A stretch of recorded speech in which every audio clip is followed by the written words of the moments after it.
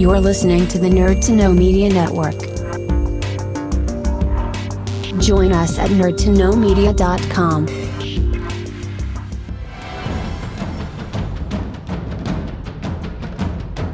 Broadcasting from the Blanchardstown Centre, this is Phoenix FM. This is 92.5 Phoenix FM, community radio for Dublin 15.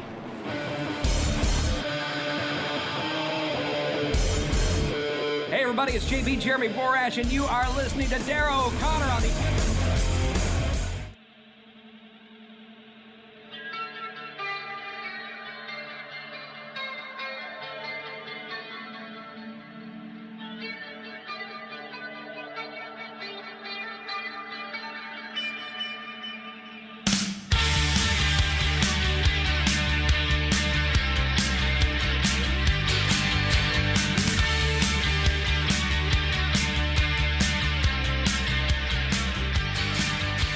Alright everybody, welcome to the Wrestling Rewind here on Phoenix 92.5 FM. My name is Darrow O'Connor and I'm joined by my co-host Martin Harty. How's things? How are you, man? How you getting on? Not a bother, flying. So I've been busy on the feed there, so if anyone was wondering what some of the stuff with the feed is up now, it should all have been resolved. A bunch of shows gone up there today. nerdtoknowmedia.com is where you can find all the shows. So if you're checking this out on Phoenix, go over to Nerd to Know and check them out there as well. But a busy week, obviously if you're listening to this on Phoenix, this is going to be a bit irrelevant, but I want to pop this up before the show on Sunday, the actual pay-per-view, and then we have some WCW stuff as well in the second part of the show. So first things first, Martin, this Sunday, we're going to have a first WWE pay-per-view with fans since WrestleMania. And it's from Texas. And it is, of course, Money in the Bank 2021. What are your thoughts on this? What do you talk about Thunderdome being retired? Well, first, you're kind of torn between, on the one hand, it's such a difference to see fans back. It really makes the shows and the atmosphere. And on the other hand, we're constantly hearing about new variants and new cases and new waves and all that. But if you just turn that part of your brain off, it's really great to see. AEW this week came from Texas. The Texas crowd is rabid. They are mad for wrestling again. So I have no doubt that they'll go all out for this show. Money in the Bank, I think maybe it's not official, but I think it's kind of overtaken Survivor Series as one of the big four. That's fair. I think Survivor Series has kind of been, particularly now that it's basically just become the brand warfare thing every year. Like nobody really buys it. I think Money in the Bank has become a bigger show than it. I haven't been really keeping up with WWE, but I do stick around for the big shows. I really only intended on, making sure that I saw SummerSlam, but I think I'll definitely give Money in the Bank a go this weekend. If nothing else, the main stipulation is, it usually provides a lot of fun, a lot of high spots, and if nothing else, they just need to make up for the absolute disaster that was last year. Yeah, that's true. It's interesting though, because like you said that you think this is one of the big four now, and I would kind of agree, because this does lay a lot of groundwork for not only shows going into the summer, but the fact that they have those briefcases there.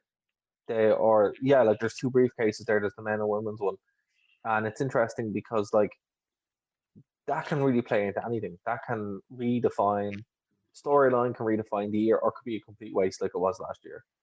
But I think what's cool about this is the fact that it's going to be the first ladder match with fans in WWE in a very long time. But I wasn't aware that AEW was in Texas this week. There was a coffin match this week, if I'm correct. Have you seen it? Sensational. The whole show was start to finish fantastic, but the coffin match was Well, look, one thing we don't do is we don't give AEW enough love on this show. So before we continue, go on. And I said when you joined the show that we were going to kind of do it. So This the Yeah. AEW love. I'm the designated AEW mark. Absolutely. Go on. What happened this week and how was it? So this week is what they call Fighter Fest. AEW does these, so they have 4 big pay-per-views a year, but every so often they'll take a Dynamite and they'll give it like a different name, and it'll be essentially a pay-per-view level 2-hour show. So this week was Fighter Fest. We had obviously the coffin match was the main event and the main draw. Just an artistic level of violence from Darby Allin and Ethan Page, who have a long history in the Indies of attempting to murder each other, and really carrying that on that well here. We saw we're starting to see what I think is the peak of the Hangman Page story, which has been going on 2 years now. And I'm not ashamed to say that the night Hangman Page lifts the title, I will weep. It's just been fantastically built. And do you think keeping the title off him for as long as they have? Because I know, it was him or Jericho that nearly had the first belt the first time around. Do you think it was a good decision keeping him away from him for so long? Oh, fantastic. Because he didn't have the profile that Jericho had at the very start. Jericho was a brilliant inaugural champion. He really brought eyes to the product. And I honestly think that his run as champion was one of the highlights of his whole career. But definitely they spent the next 2 years, the story with Hangman Page over the past 2 years has just been so phenomenal. It's been his rise with Kenny Omega and then their fallout after losing the tag titles, his loss of belief in himself. There's an astonishing interview he does where JR's talking to him and asking him how he feels, and you expect these wrestlers to big themselves up and to shout and roar, and Hangman sits there with a drink in his hand and he just says, I feel head to toe toxic. I feel like I'm full of poison. It's been so fantastically built. Yeah. It's been one of the best arcs in wrestling of the past, I don't know how long. So what else? Anything else happened on the show that you would recommend people check it out, or just sit down and watch the whole thing and take it for what it is? I'd say sit down and watch it. Like Dynamite's 2 hours and it zips by.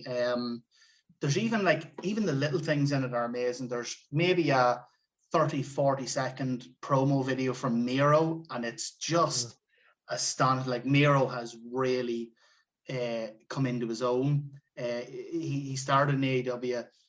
It was a bit of a dud, he came in on a wedding angle and all this other stuff, but the past couple of months he has more than come into his own. He's become the beast everyone wanted him to be as Rusev.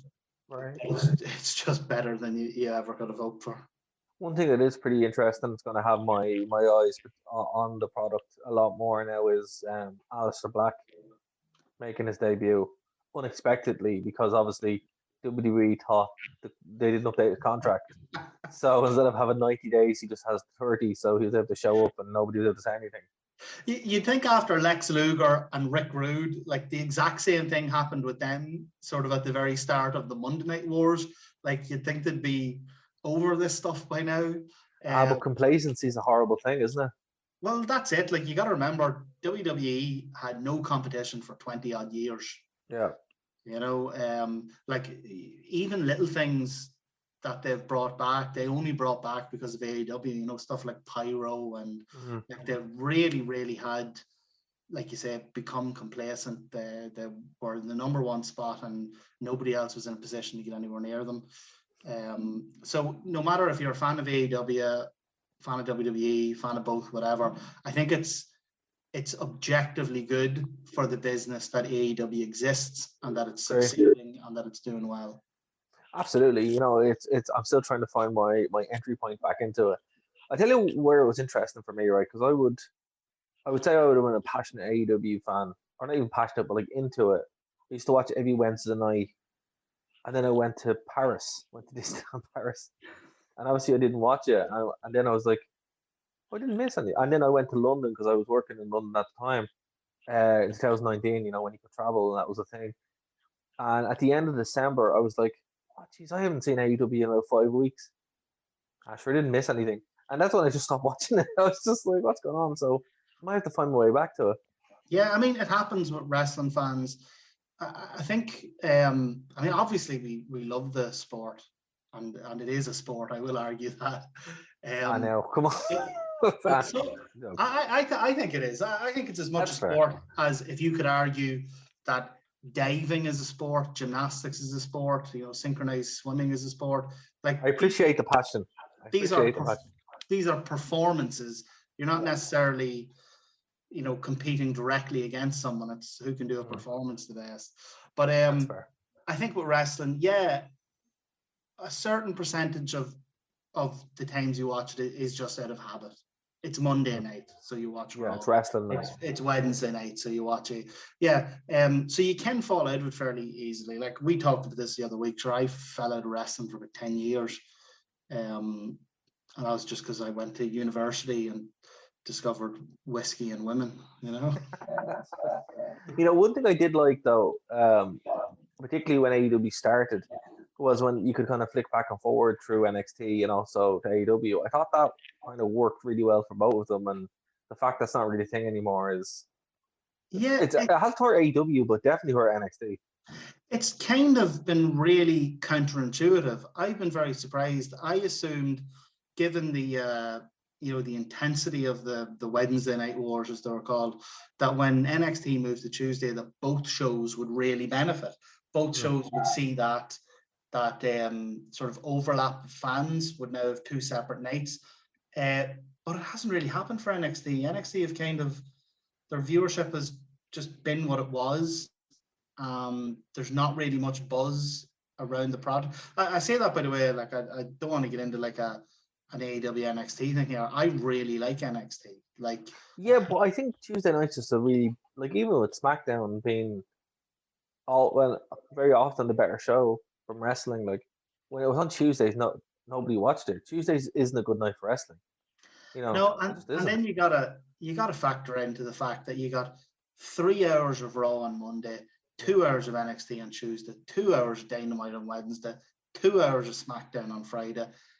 God knows, like, sure, WWE seems to do a pay-per-view every 20 minutes. Like, it's no, that's true. Too much, and like even like last month now, look, even talking, switching back to pay-per-view, like Hell in a Cell really felt like the most pointless pay-per-view in the world because and it was only a couple of weeks ago. It only feels like last week that we were talking about it, and that's what this show feels like now. So, I would say if anyone hasn't checked out AEW's Firefest, like I'm probably going to give it a watch at some point this week.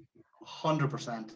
And the Fight TV app, I think, is something like $4.99 a month for just brilliant.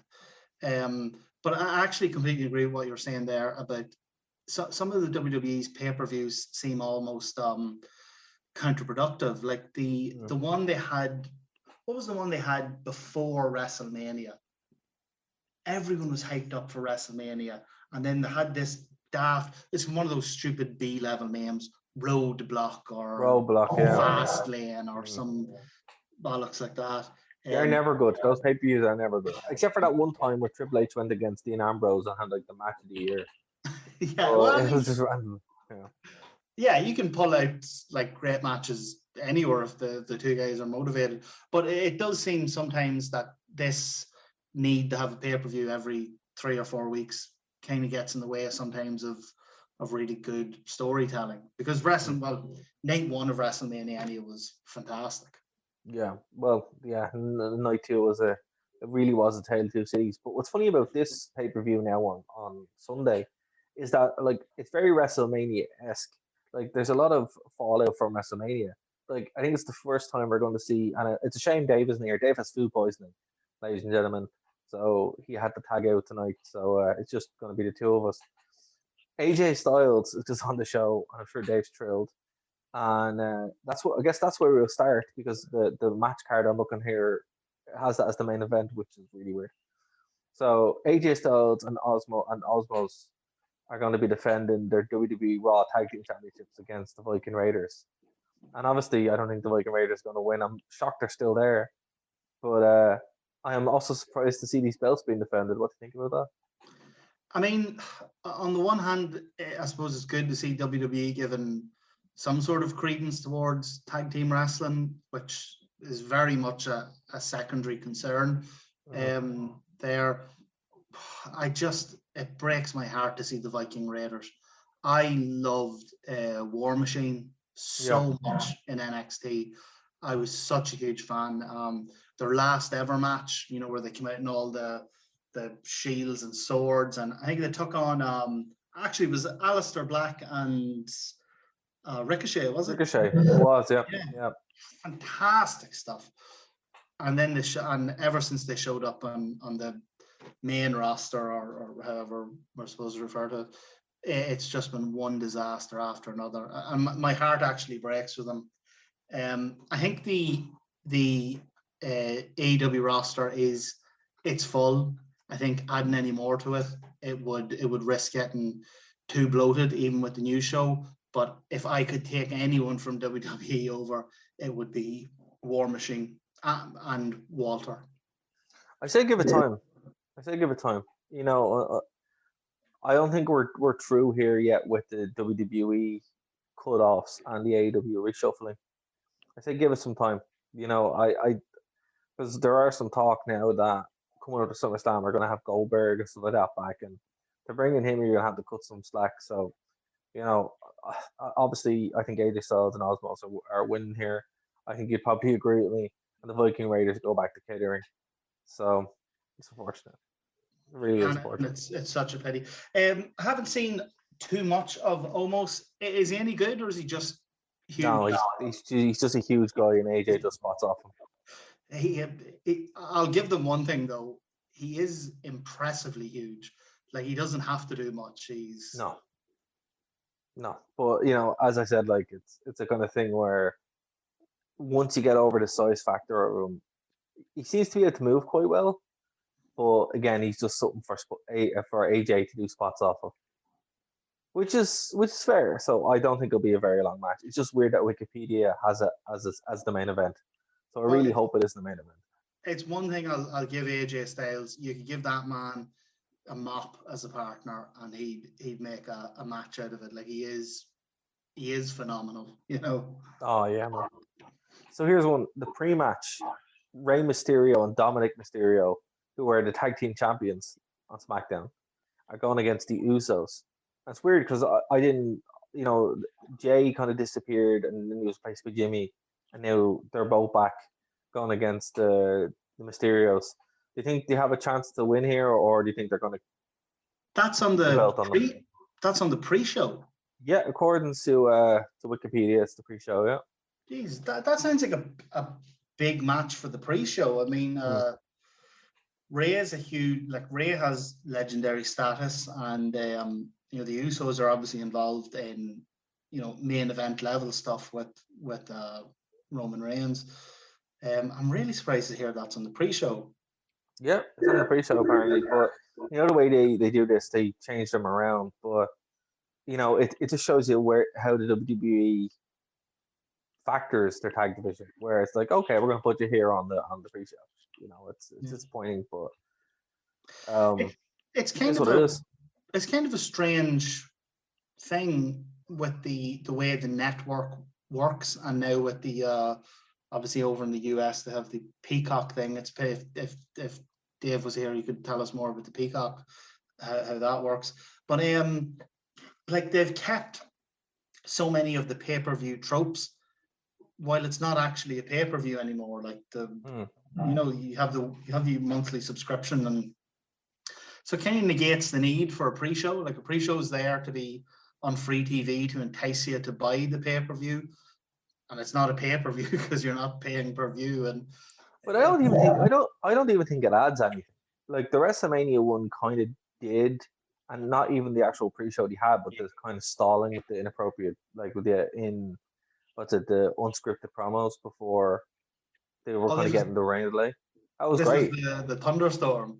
Yeah. I thought that was actually quite good, and probably that's there is something to be said for the return of Sunday Night Heat, and yes, I think Dave himself said this before, but I think a show like Heat deserves its place back.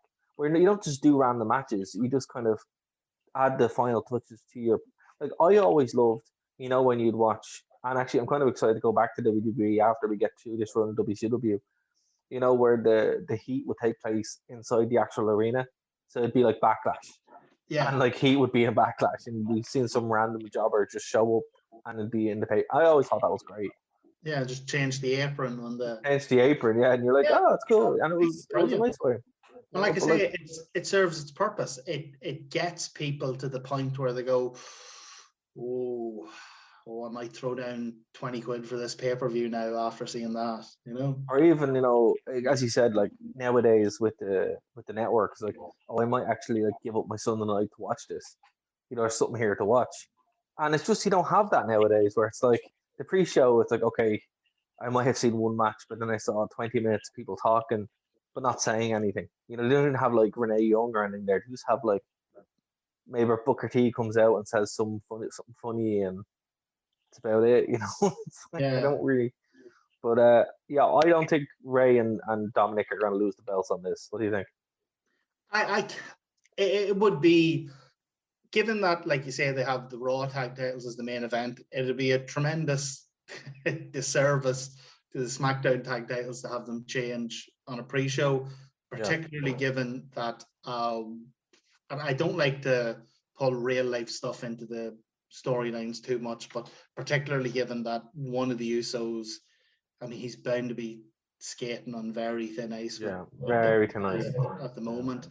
I can't imagine them putting him into an even more prominent position, given the risk of, something happening. That's a fair call. The Money in the Bank ladder match for the World Tag Team Championship, for the World Championship contract. Ricochet, John Morrison, Riddle, Drew McIntyre, Big E, Kevin Owens, King Nakamura, and Seth Rollins. I think this whole thing is to kind of get Drew McIntyre back up for a run with, fans present. So I'd say probably Drew's a safe pick to go for, but they could take a turn and give it to Seth Rollins. But I think Drew McIntyre is where you bet the house. Yeah, so that's an interesting one. So there's 3 guys there who it might be, and there's 3 guys there who it definitely won't be. It definitely won't be Nakamura, Morrison, or Ricochet. I don't know why they've... Or Riddle. I don't know why they've done Ricochet so dirty. Like, he's just phenomenal. I can see why you would go with Drew, but that leads to so Drew can't challenge Lashley, so I don't see them sort of backing themselves into a corner where they would have Drew take on Roman, because that's your two. Take on Edge. He could take on Edge. Yeah, I suppose. Definitely one of those 2, though. Yeah, I don't see anyone else coming anywhere near. Like you say, last year they had their wee experiment in giving it to the unexpected person, and that was just start to finish disaster. Yeah, I don't think they're going to be in a rush to make that mistake again. So then we have Asuka, Naomi, Alexa Bliss, Nikki Ash, Liv Morgan, Selena Vega, Natalia, and Tamina for the women's championship contract. So it's definitely not going to be Selena Vega anyway. she's probably just going to get put through 14 tables by Tamina. I don't know. Yeah, exactly. Just full on punishment. I would say either Asuka, but they've already done Asuka so many times that they could probably just go another direction and put Alexa Bliss in. But she's injured, so probably not. How badly injured is Alexa Bliss? I keep hearing different things. Because her character does not require her to do a lot in the ring. So you think they give her like a Fiend run? Exactly. Like, now, don't get me wrong. I think she's a fantastic wrestler. I think she's been really done a disservice by this stupid gimmick. Yeah. But it is the type of thing that would let her, hold the Money in the Bank and just do spooky bollocks in the rafters or in the, backstage or it's the type of thing, and like we've seen people hold the Money in the Bank briefcase for a year. You know, it's the type of thing she could hold till if it's not a very serious injury, type of thing she could hold. I mean, if she's in the match, she can't be that badly injured. That's a fair point too. All right, I'd go with Alexa Bliss then. Yeah, it's like you say. I get what you say, but Asuka, they tend to give it to her because it's a way of acknowledging the fact that she's probably the best wrestler they have, maybe alongside Charlotte, without actually giving her a title. You know, it's kind of like a reward or an acknowledgement. But I think even though she's done fantastic work over the pandemic era, I think Asuka needs a bit of a break, go away for a wee while, and then come back to a huge pop. Still, Jim Cornette, how can I miss you if you won't go away? Absolutely. That's it. You know, it's familiarity breeds contempt, and that's kind of the situation with a lot of them, particularly Charlotte Flair.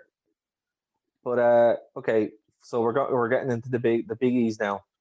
So a single match for the WWE World Championship: Bobby Lashley versus Kofi Kingston. I don't think Bobby will drop. Kofi will have a good showing, and there'll be shenanigans. Yeah, great show from Kofi. Real underdog, babyface, fire stuff, but they stumbled into something with Lashley here that I don't think even they expected it to do so well. And yeah, I think they're going to keep that going a little bit longer. And I can see Lashley eventually, like, basically coming up against a huge name, either going head to head with Roman or Brock coming in, something like that.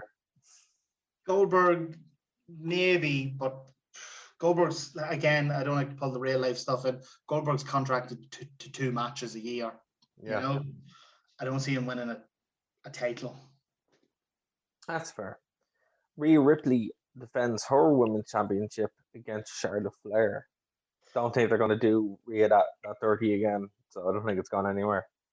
No, and like I said, I don't keep up with it week to week, but is this not the 40th time Rhea and Charlotte? Too much. Yeah. And then we have Roman Reigns versus Edge for the Universal title. Now, here's the thing. Roman will win if Drew McIntyre doesn't. So, if Drew wins, I can see Edge getting the surprise win and then Drew going in and cashing it in. That's what I could see happening. It'd be clever and interesting, but WWE so probably wouldn't work that way.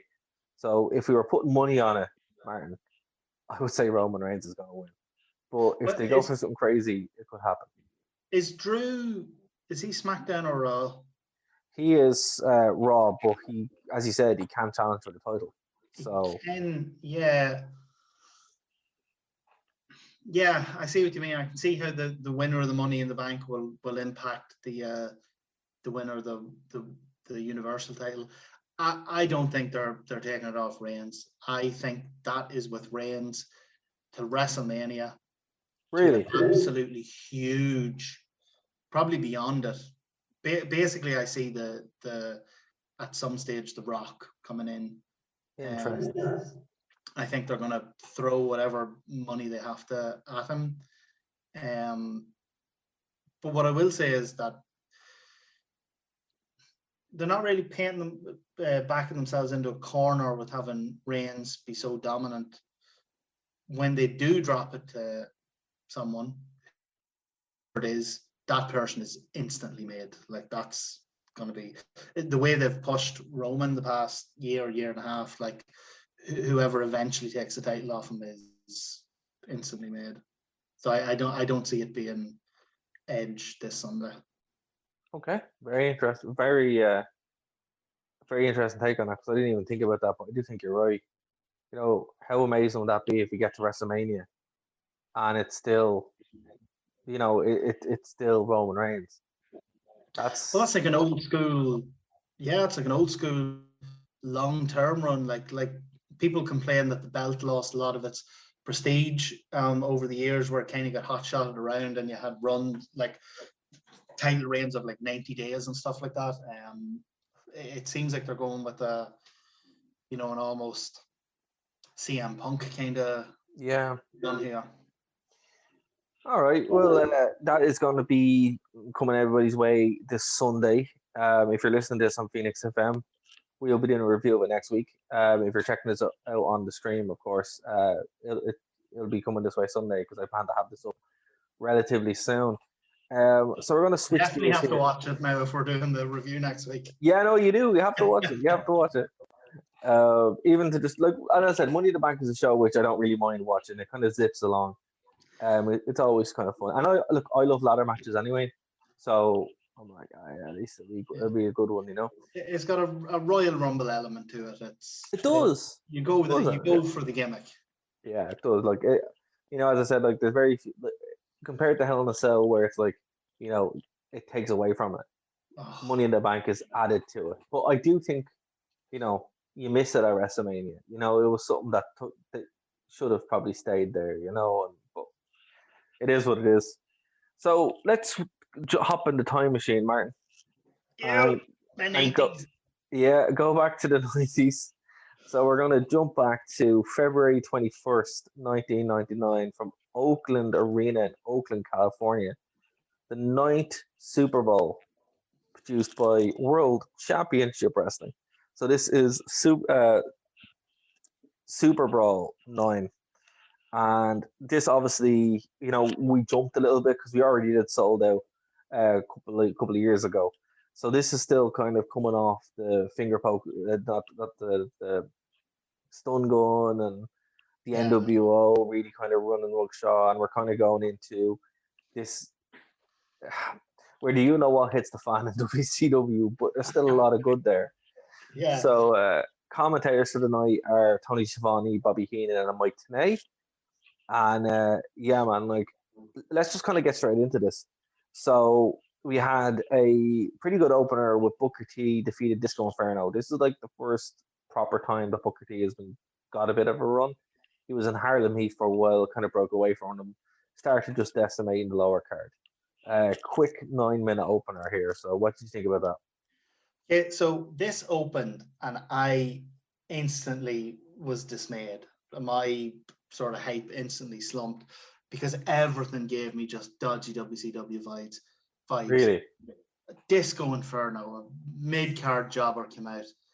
He's NWO Wolfpack, and I'm remembering, oh God, this is the time when there was so many people in the NWO that had to split the NWO up. Like, pay-per-view opening with this mid-card jobber, blah, blah, blah. And then the crowd went nuts. Disco Inferno is over. Yep. Like the pop for his entrance, the pop for his dance moves and his gyrations. I don't think maybe it's just because he's the first guy out on the the pay-per-view start. Maybe they're all in high spirits. No, there's like a couple of moves during the match where he gets the better of Goldberg, of Booker T. There's a neck breaker at one point. Crowd's popping again for his moves. Like, I was genuinely surprised by how over Disco Inferno was in 1999. Well, the thing about it is, they did have the oversaturation of the NWO, but the NWO also kept a lot of people over. And Disco Inferno had a career well into 2006. Yeah. So he was sustained by this alone. It was kind of a lame gimmick, but he made a lot of money, and people really liked him around this time. And the thing about it is, while there was saturation in the NWO and products start going down, 1999 to a point wasn't terrible. We're getting to that point, but we're not there yet. Yeah, like this was like I said, that was just my initial first impression. That changed instantly when the crowd went mad, and they had a really good match. Like you say, this is just as Booker T's taken off as a singles. Loved Harlem Heat. One of those things where I was kind of disappointed when they broke up, but then Booker T went off to just be amazing. Yes. So this was a really good match, and I was kind of tainted maybe a wee bit from when we did what was it we did last week, the WCW Starcade. Starcade, yeah. So it had a really good opener, and then it slumped for about 40 minutes. This was kind of the opposite. This is really the opposite. Yeah, really the opposite. And it's funny because this is just a standard pay-per-view.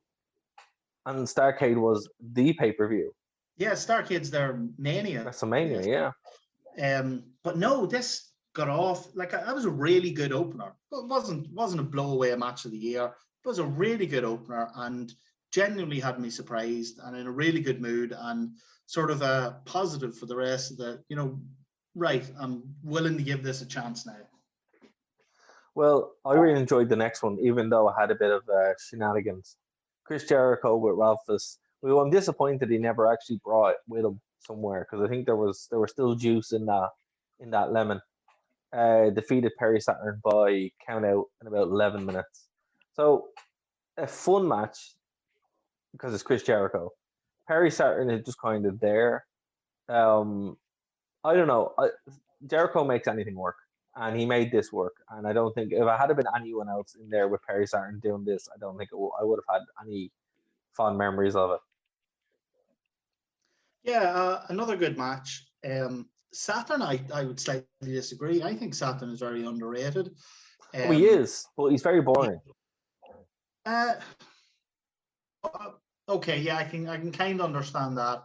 But I think someone being boring comes down as much to their booking as to their character. Like, for example, when he came in with the Radicals into WWF at the time, like he was kind of the ginger stepchild of he was kind of forgotten in the background. And then they stuck him with that mop and all that other nonsense, which is a pity because I honestly think he's technically a really sound wrestler. I really enjoyed this match. The Rings of Saturn to this day remains one of my favorite submission moves. It's nasty.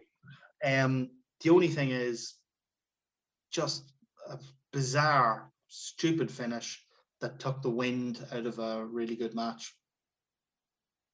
Well, we'll see what it builds to with the next show as well. Because remember, we're kind of following this in sequential. And remember, by the end of this year, Jericho would be, by the end of a couple of months, Jericho would be showing up on SummerSlam. So we're going to see what made him leave. And it was probably stuff like this. I mean, like, we're probably missing some context here. So we're reviewing the pay-per-views. We're not watching the 4 nitros that led up to. So yeah, there's probably some context we're missing. Well, here's the thing: if the folks would want us to do that, we can do that. But I like to watch these in isolation sometimes because it kind of gives us a good kind of feel of what a casual WCW fan would be kind of experiencing.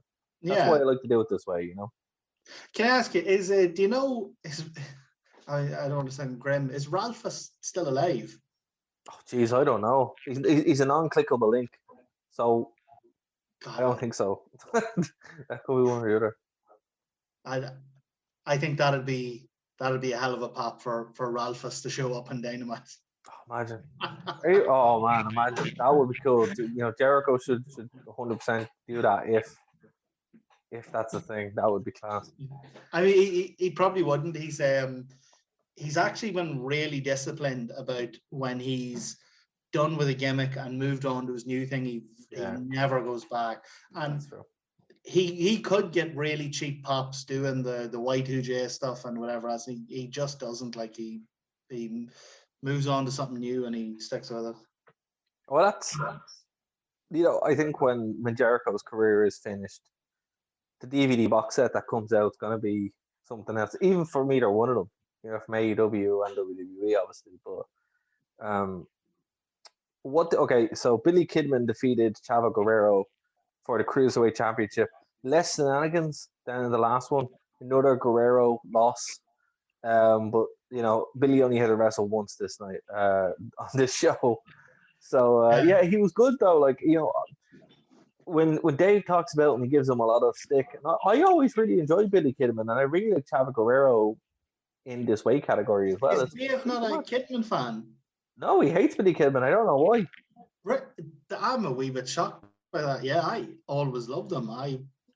I don't know, maybe it was just the age I was at the time, and he was wearing, his short jeans and his, He is the most like unique looking of the whole lot, because obviously until Raven comes in and kind of steals that a little bit Yeah. away from him. But I always thought it was cool. Yeah, and actually, in ring, I thought he was really good. I thought this match was fantastic. So you had obviously your typical WCW high flying action, but what I loved about this was there was loads of little things Kidman did and Chavo did that were brilliant. Like there was one spot where he gets pulled off the apron into the barricade. The Frankensteiner from the top rope. That was sick. Where he held it when they hit, like that kind of stuff is like that impresses me more than the triple flip off the Titantron.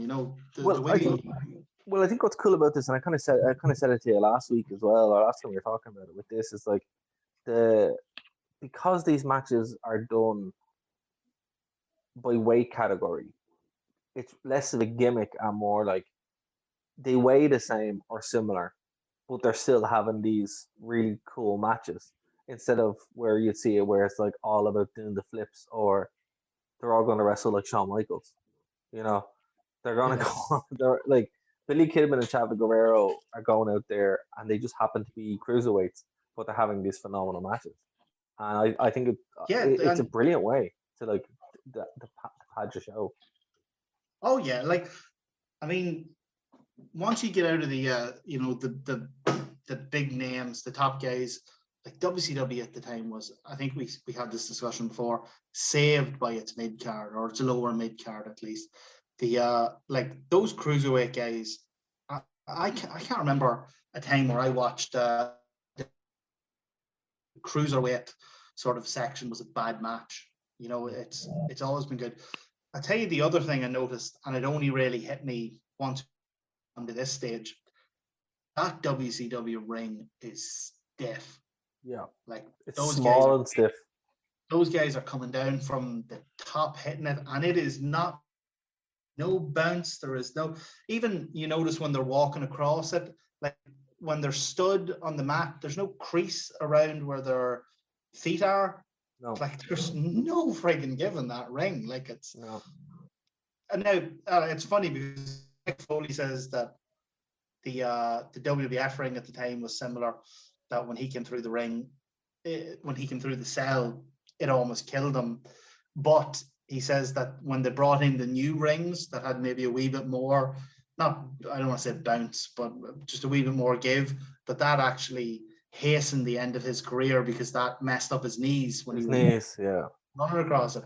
But man, I was watching that and I was like, that looks terrible. When I was training, we used to train I was originally in a group called CCW down in Cork, and then it's kind of disbanded and became Phoenix Wrestling, and Phoenix Wrestling is the group down there today.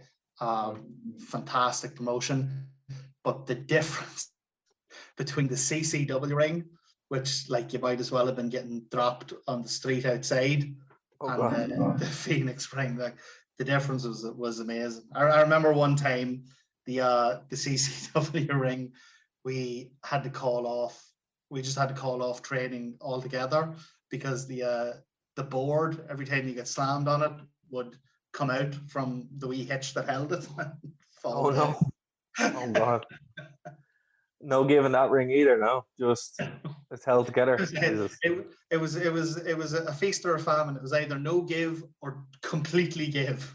Oh well, that's it's something that every time I watch the WCW shows, I'm like, the comparison is really interesting, and it's not only in like the big things like production, but it is in the way the ring looks. And I was looking at that from that side of things, but it is very, very stiff. But how small it looks like a tiny little ring, even though it's probably the same size as a WWE ring, but the way they shoot it, Maybe. So at the WWE ring, it's 20 by 20, is it? I think so, yeah. Yeah. So I think most independent rings are 16 by 16. So I'd imagine if this isn't 20, it's maybe 18. Yeah. It's enough that you notice it. particularly with the bigger guys. Like when Hogan and well, actually, when the outsiders are in there and Oh, they're throwing Mysterio around, you're like, Jesus, like yeah. It's having like your time. Mysterio was. It's like he has nowhere to go. Yeah, it's just, But anyway, so I guess we'll jump in there. So the outsiders defeated Conan and Mysterio in a hair versus mask match. Now this is interesting because a lot of people aren't even aware that Rey Mysterio lost his mask and he Yeah, wrestled a very long time without a mask.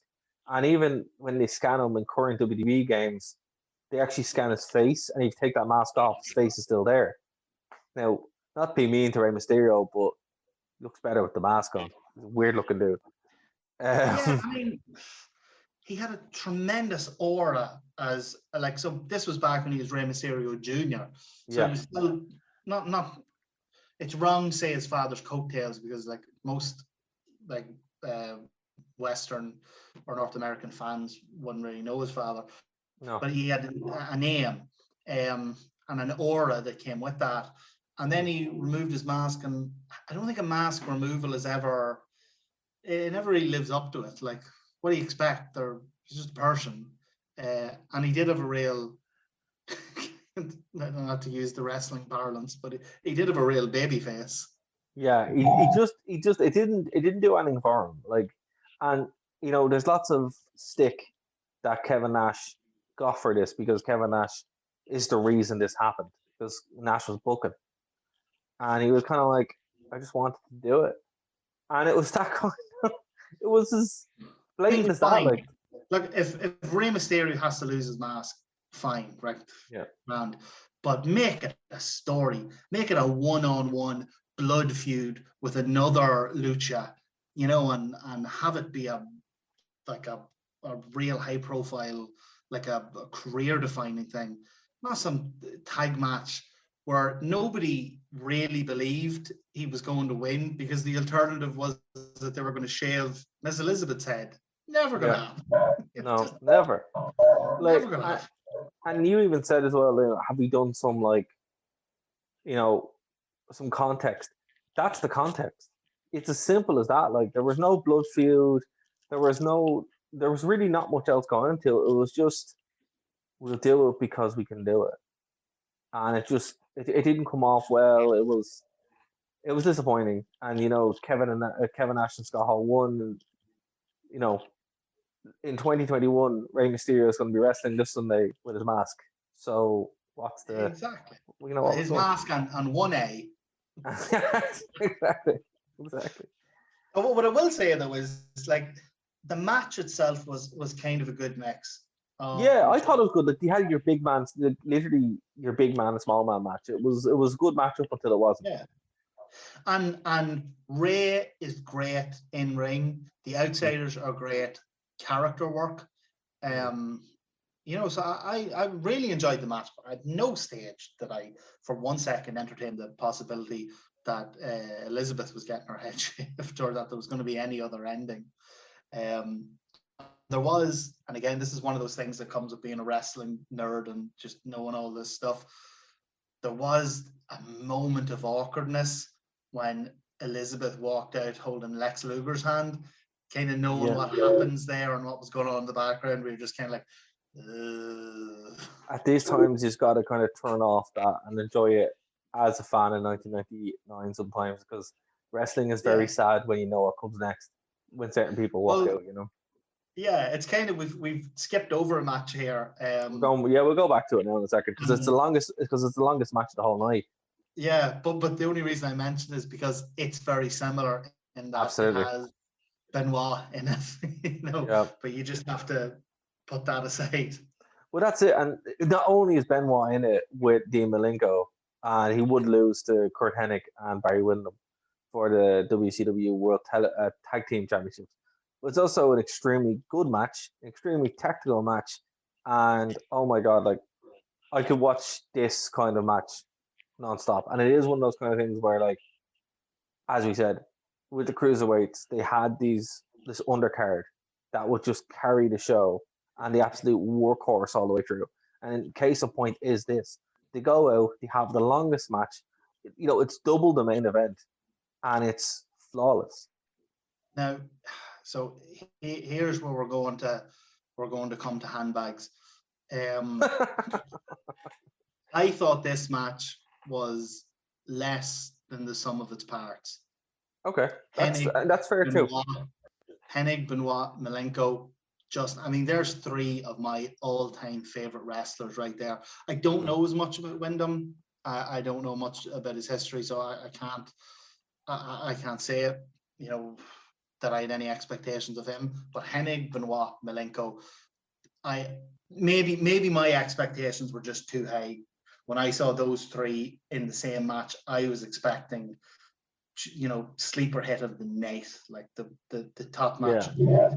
I thought it was fine.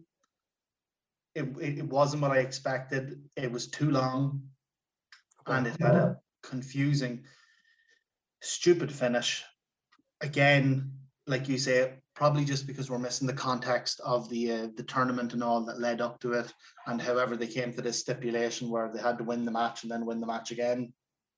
But if the show, and it actually didn't, unlike Starrcade, the show didn't have a slump. But if anything could be said to be a slump, for me, it was really surprisingly, it was this 20 minutes here. See, a lot of interesting stuff around this was, as you said, it's the context of this was the poor booking. Why stuff happened. Sometimes stuff just kind of happened. And also, again, the workhorses were here, but they weren't necessarily given anything. I know they were given the tag belts, but,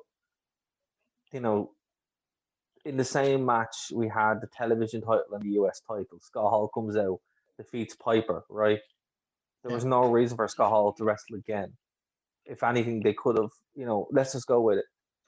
They could have had a single 2 out 3 falls match for the US title with Benoit going against Hennig. And that would have been a much better match. But again, they were too busy trying to keep their spots. And the Horsemen, sadly, were the ones who always got beaten down by the NWO in real life and in storyline. So, yeah. I love Scott Hall. One of my greatest memories will always be driving him around Cork while he smoked a joint in my car. But he's never been what you'd call, the workhorse. I don't think he needed to be pulling double duty on a pay-per-view. A B grade pay-per-view, which needs to be said. So to finish up here, Scott Steiner had a really decent match with DDP. Really good. Really, really good. And it was for the television title, which I always forget the television title was the thing. I think they should bring that back, to be fair. I think there should be the television title in WWE. But I thought this was a really good match. Like, for Scott Steiner, you don't expect that, particularly with what comes later. And he goes out and just has this brilliant match with DDP out of nowhere. This is the sleeper hit of the night. Just sensational, fun, fiery brawl. Like, so you can, you're thinking like Bret Hart, Steve Austin, and you can have a brawl that's just kick punch, boring nonsense. This was brilliant. This was all fire. It didn't need to be a technical masterpiece. It had the story behind it. It was all fire. DDP is amazing. I always forget how friggin' good DDP is. He's over as hell with the crowd. Big Papa Pump is just a wind-up merchant. He knows exactly what he's doing. And he's at his best here. He's at his best here as well, which is brilliant. I'm really, really surprised. In fact, so much of this pay-per-view really surprised me. Like, this must be the zenith just before WCW went to the toilet. Yeah, because, it is. Yeah. Like, I would watch this today, and this was a bloody fun pay-per-view. This match in the middle. So, just a few things about it. Earlier in the show is very Attitude Era. Earlier in the show, they do a kind of promo for this match where Big Papa Pump entices DDP's wife into a car, and then he drives down the road. He's flying down there, and he just fires her out of the car. It's like, would not fly today. It was No. simultaneously hilarious and horrifying. But it was Um, 1999 and he was Big Papa Pump. So what are you going to do? And to be fair, it's not as bad as what was going on in WWE at this time either. So it doesn't get a pass, but it wasn't as bad as it could have been. Goldberg defeated. Oh, sorry. Just before we go on, I just wanted to say there was also a couple of really great spots in this match. And they're simple things that anyone could do. And it just got me thinking about like moves that look really awesome, that are really easy to do, that nobody really does anymore. So DDP does this amazing kind of a tree of woe chokehold on Steiner. Looked fantastic, and it reminded me a lot of Bret Hart used to do the figure four around the ring post. Yes. Awesome spot. Always such a good spot. Nobody does it anymore. Like I've never seen this tree of woe choke done anywhere else. But yeah, I just wanted to bring that up. I thought there was, for a match that was a fiery brawl, I thought there was a couple of really great spots in it. I'd say, again, it's a steeper hit of the night. If you're going to watch one match from this, probably watch the Steiner DDP match because you're going to have a great time watching it. Goldberg defeated Bam Bam Bigelow, and then Hogan, of course, defeated Ric Flair for the WCW Championship, returning from running for president, which was the storyline at the time. What did you make of these two matches, or did they live up to the pay-per-view? Were they pay-per-view quality? Okay, so go Goldberg Bigelow first. I love Bigelow. It's pretty clear though that at this point he is sort of just past the tipping point of his prime. He's a big man, like that's his gimmick, but he's slightly bigger in this. He's still fast. He's still incredibly fast for a man his size and really impressive. Did he always have a no music entrance, or was that just a botch? Or he didn't. No, they would. No, I think that was just a botch in this. Yeah. He walked out with no. He got the real jobber treatment. But no, look, it was a Goldberg match. It was typical. It went slightly longer than a typical Goldberg match. It was good. There was a couple of distracting spots. Goldberg must have been doing his head banging thing because he had this not a cut on his head. It was like a chunk of flesh lifted out of his head. Yeah. And it wasn't bleeding, but it was like you were seeing through to the flesh. It was like bright red.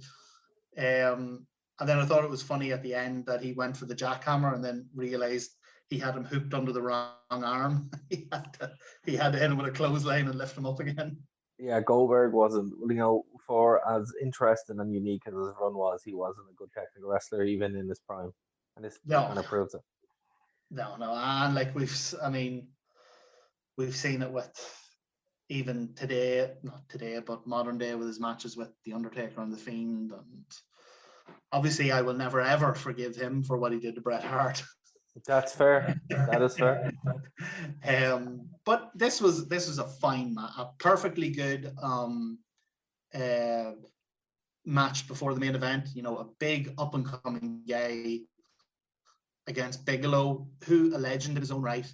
Really good really good booking, regardless of what you thought of the match. Really good booking and really good placement. And what about the main event? So again, the story of this whole pay-per-view is that was surprisingly good. Yeah, I had zero expectation of this. Never been a Flair guy because I've heard all the stories of Flair's amazing, that he 70, 80-minute brawls with Funk, in the 80s, and I never saw any of it. So I've never known Flair at his best. So I've never been a huge Flair. Hogan, just notorious bad in WCW. So I was just expecting this to be another Halloween Havoc, Ultimate Warrior style dud. So surprised. This match was, okay, barring the end, which I assume we'll talk about in a minute, this match was brilliant. great atmosphere. It was very sports entertainment. You know, it was all about the pointing and the brawling and the fact that they're two huge stars. The atmosphere was astonishing. Flair was bleeding into his fantastic white hair. Hogan took off the belt and gave him a Cody Rhodes level whipping with it. It was really vicious. I don't know if this is one of those ambiguous WCW. Is it a DQ? Is it no DQ? Because there was a couple of very blatant chair shots right in front of the referee. Yeah, they kind of just let it go. But do you know what this reminded me of? Well, Hogan Rock at WrestleMania 17. very much so, except for the ending, obviously, which we'll talk about. But like Hogan Rock was the closest thing to an actual WCW match on WWE television. I was so surprised by how much I enjoyed this. Like you say, so Steiner DDP was probably the hit of the night. But if you're a sports entertainment guy more than a wrestling guy, it's Hogan Flair. How WWE had these two guys and didn't do this match, I'll never know. Well, I agree with you, but we have to talk about the elephant in the room, and it's Hogan did win the match after David Flair, who was Ric Flair's real life son, turned heel, used a stun gun. This is a different stun gun, I'm assuming, than the one at Starrcade, on his own father, and then joined the NWO. Was NWO. Maybe he just got it off Scott Hall. He just have it, just like, oh, here you go. This ends everything. But NWO Elite got a new member that night, and you know, Hollywood Hulk Hogan back as the WCW World Heavyweight Champion, ending out the show overall. I would say, look, if you haven't seen it, it's solid B. It's a lot better than Starrcade, that's for sure. What are your thoughts on it before we finish up? This. So two things I just want to say very quickly about this. Absolutely. I forget that Hogan wasn't great in the ring in WCW, and that was by choice, because Hogan can go. If you look up his very few NJPW matches, he puts his working boots on there, and I think he had them on here.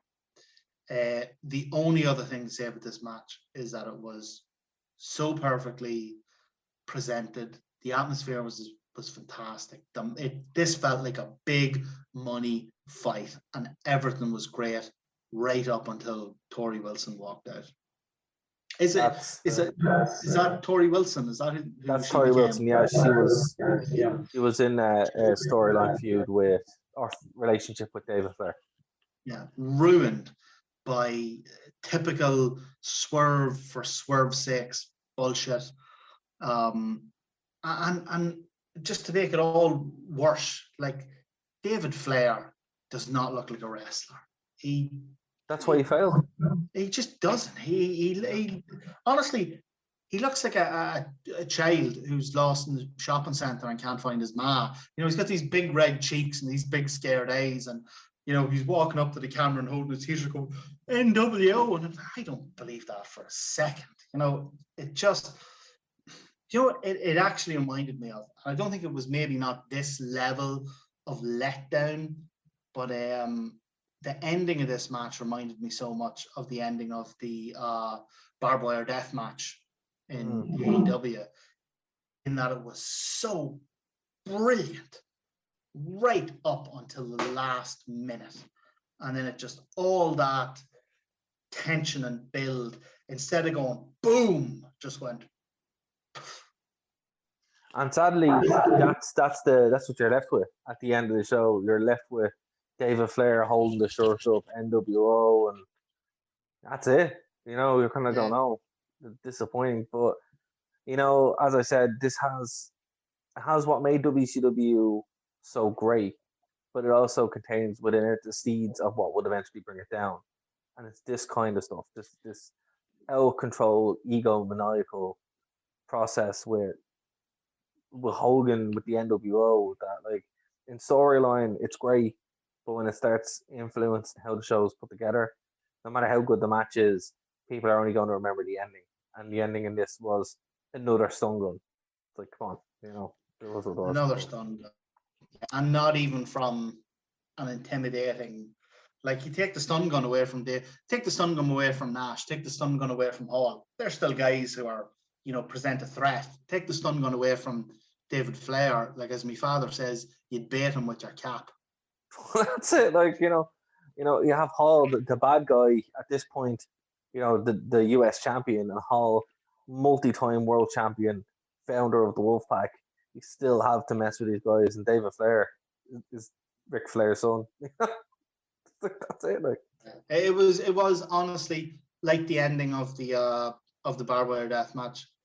It was more just a disappointment. It was more thinking, like, what a seminal moment in WCW that would have been to have Hogan, Flair, main event, and us to actually see which one of them would have won.